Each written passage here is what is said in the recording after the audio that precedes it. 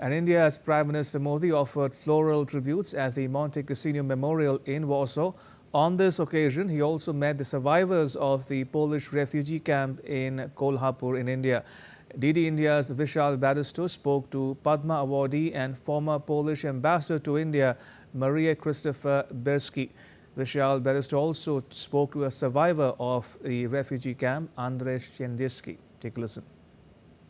Here at the Kolhapur Memorial, I have with me the survivor of the refugee camp. He was in Valivade, and I have also with me the former ambassador of Poland to India. Let's talk to the ambassador first.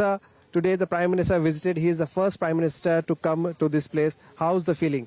Well, we are proud that this could have happened, and the very warm welcome that Prime Minister Modi has received in Poland is but the best proof of that it's something that happened really after long years. I don't remember exactly who was the last Prime Minister who visited Poland, but it was ages. How do you see the change after Prime Minister Narendra Modi took over in India-Poland relationship? I hope that the visit of Prime Minister will be a booster to further development of relations, also trade.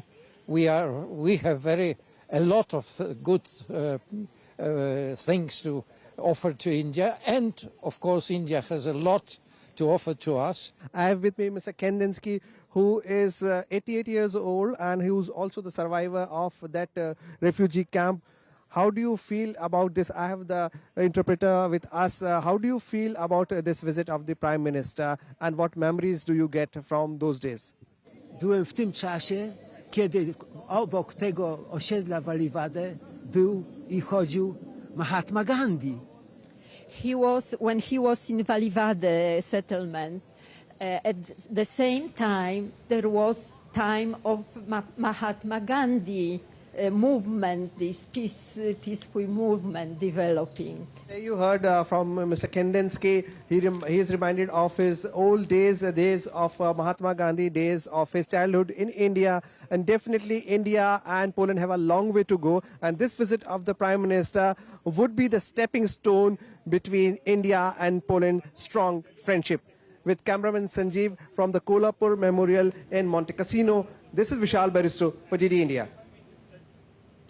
So that was my colleague Vishal Baristo reporting from Warsaw, and he joins us now on the phone line from that city. Vishal, if you are with us and can hear me loud and clear, I believe we are standing by for the Prime Minister's address to the Indian diaspora in Poland. Give us a sense of what to expect from that interaction of the Prime Ministers in the city. Well, a very good evening to you, Ramesh. Yes, this is the last event that we are expecting here. And any time now, the Prime Minister is expected to reach the stage, arrive on the stage. And the Indian diaspora, they have gathered in large numbers. And in fact, they have been following him at 3 different venues, starting from the Jamnagar Memorial to the Monte Cassino, and now here at the Hotel Radisson. And here the event is lined up for the day, and Prime Minister is expected to reach out to the Indian diaspora. This is the first time that any Prime Minister is visiting Poland in the last 45 years. So it was also the first Prime Minister, Narendra Modi, who went and paid his respects at both the memorials at Jamnagar and Kolhapur Memorial. So this is history in the making, and Prime Minister would be addressing the Indian diaspora. He would be talking about how India is progressing, how India, despite of all the challenges, has made to the top 5 economies of the world, and how the Indian diaspora across the world has played a key role in supporting India overseas. And Prime Minister would be telling them that with their support, India and Poland make a very good friendship. And also, because of them, he feels proud because the Indian community is doing very well here in Poland. 25,000 is the number, and 5,000 are students. But the good part is that 200 companies, they are employing around 30,000 Polish people here, and that is a matter of great pride. Prime Minister would also be talking about how India is leading the world, especially the global south, and how India is showing the world the path of peace and prosperity, and how India can lead the world as far as inclusive growth is concerned, and what are the principles of Vasudhaiv Kutumbakam, which means the world is a family.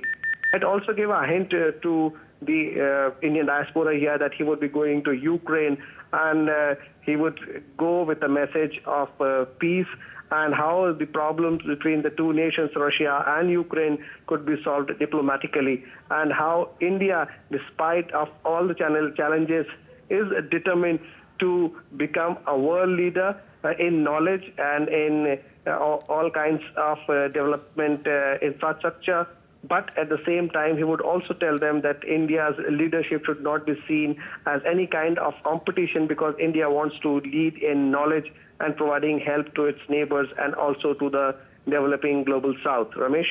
Indeed. And Vishal, before you joined, I was talking to our guest, Mr. Atul Aneja, about the Indian diaspora and how Prime Minister Modi's outreach to the Indian community over the decade, has become a hallmark, a trademark of sorts every time he travels abroad.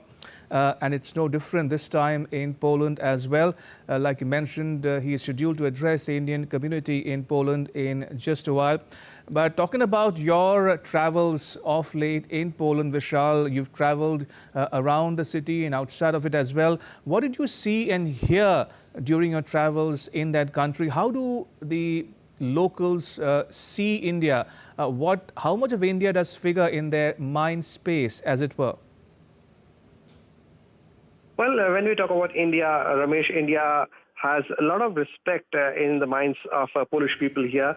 You just saw my story, and I was talking to the former ambassador of Poland in India, and he is also a Padma awardee, Mr. Maria. Mr. Maria was telling that India and Poland can go a long way. So far, we have not been able to achieve that, but he made it very clear that this visit of Prime Minister Narendra Modi could be a game changer and definitely a stepping stone to next level. So this is the kind of confidence that Polish people have on India. And the connect that we have with them is not only because of the diplomatic relations. We all know that how the two former kingdoms, former principalities in the British Raj, Jamnagar and Kolhapur, helped people from Poland, providing them refuge. In fact, 5,000 of them were provided refuge.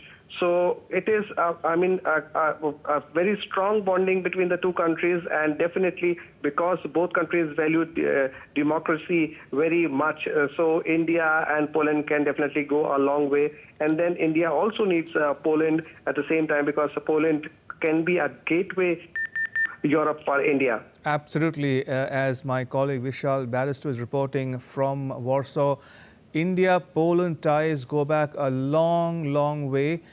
He also spoke about how India was home to Polish refugees during the Second World War, when the Maharaja of Kolhapur and also the Royal of Jamnagar gave refuge to hundreds of Polish children during the Second World War, and how they had to be protected from the vagaries of the conflict at the time.